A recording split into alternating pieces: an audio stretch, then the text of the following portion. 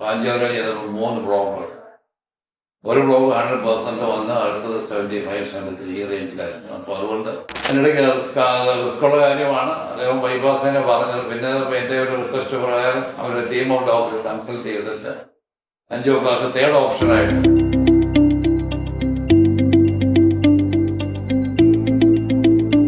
എൻ്റെ പേര് കുഞ്ഞമ്മ സാമുവൽ. ഞാൻ ഹാർട്ട് പ്രോബ്ലമായിട്ടാണ് ഇവിടെ ഡോക്ടർ ചെറിയാൻ ചോറിൻ്റെ കൺസൾട്ട് ചെയ്യാൻ വന്നത്.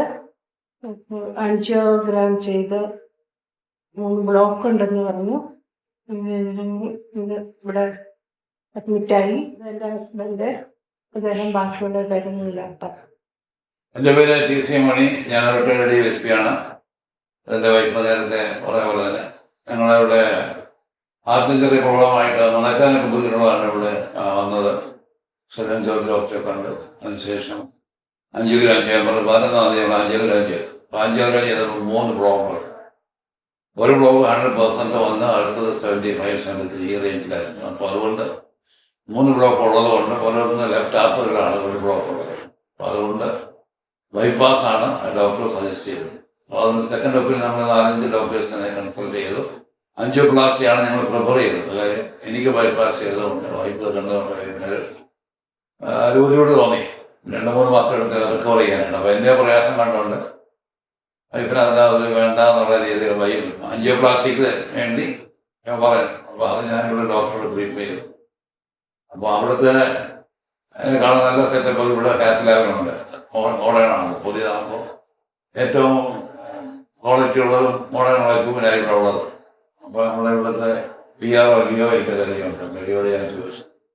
ഇവിടെ ആ സെറ്റപ്പ് ഉണ്ടെങ്കിൽ നമുക്ക് ഡോക്ടറെ ചോദിക്കാൻ പറയും. അപ്പം അങ്ങനെ ഡോക്ടർ സാജന ഡോക്ടറോട് സംസാരിച്ചു. അതിനിടയ്ക്ക് റിസ്ക്കുള്ള കാര്യമാണ്. അദ്ദേഹം ബൈപ്പാസിനെ പറഞ്ഞത്. പിന്നെ എൻ്റെ ഒരു റിക്വസ്റ്റ് പ്രകാരം അവരുടെ ടീം ഓഫ് ഡോക്ടർ കൺസൾട്ട് ചെയ്തിട്ട് ആൻജിയോപ്ലാസ്റ്റി തേർഡ് ഓപ്ഷനായിട്ട്.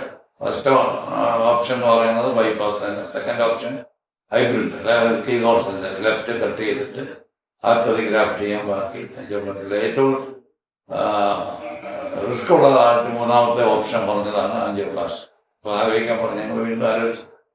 അത് തന്നെ സജസ്റ്റ് ചെയ്തു. പിന്നെ ഞങ്ങളെല്ലാവരും പ്രാർത്ഥിക്കാൻ പറഞ്ഞത്. ഞങ്ങൾ പ്രാർത്ഥിക്കുന്നവരാണ്. അപ്പോൾ ഞങ്ങൾ ഒത്തിരി ഗ്രൂപ്പുകൾ പല സ്ഥലത്തുണ്ട്. ഞങ്ങൾ വിശ്വാസങ്ങളുണ്ട്. ഇന്ത്യയിൽ മാത്രമല്ല, USA, UK, ദുബായിലൊക്കെ ഉണ്ട്. അവിടെ ചർച്ചസിലെല്ലാം പ്രാർത്ഥിച്ചു. അങ്ങനെ ഡോക്ടർ ആയിട്ട് ഒരു ഞാൻ ധൈര്യം പറഞ്ഞു പ്രാർത്ഥിക്കുന്നുണ്ട്, ഭരിക്കുന്നുള്ള ഒരു വിശ്വാസം ഡോക്ടറിനോട്. അപ്പം അങ്ങനെ ഡോക്ടർ ചെയ്തു നോക്കാം. ട്രൈ നമുക്ക് പറ്റിയില്ലെങ്കിൽ ബൈപ്പാസ്. അപ്പോൾ അതുകൊണ്ട് സർജറിയോട് കൺസൾട്ട് ചെയ്തു. സർജറിക്കുള്ള എല്ലാ സമയത്തും ഒരുക്കിയിട്ടാണ് ഇത് ചെയ്തത്. എല്ലാ ദൈവങ്ങളെയാണ് വളരെ സക്സസ് ആയിരുന്നു. സർജൻ ഡോക്ടർക്കും ടീമിനും എനിക്ക് വളരെ നന്ദിയുണ്ട്. അതുപോലെ തന്നെ ലൈഫ് ലൈനിനും വളരെ നന്ദിയുണ്ട്. എൻ്റെ മൊട്ട റീപ്ലേഷൻ ഇവിടെ നടത്തിയത് കഴിഞ്ഞ ഒരു വർഷം മുമ്പ്. അപ്പം അങ്ങനെയാണ് നിങ്ങളിവിടെ വന്നത്. ഇപ്പോൾ ഹോസ്പിറ്റലിൽ നിന്നെടുത്ത എല്ലാ ടെക്നീഷ്യൻസും വളരെ നന്ദിയുണ്ട്. താങ്ക്സ്. നാടിന് നല്ല ഹൃദയം.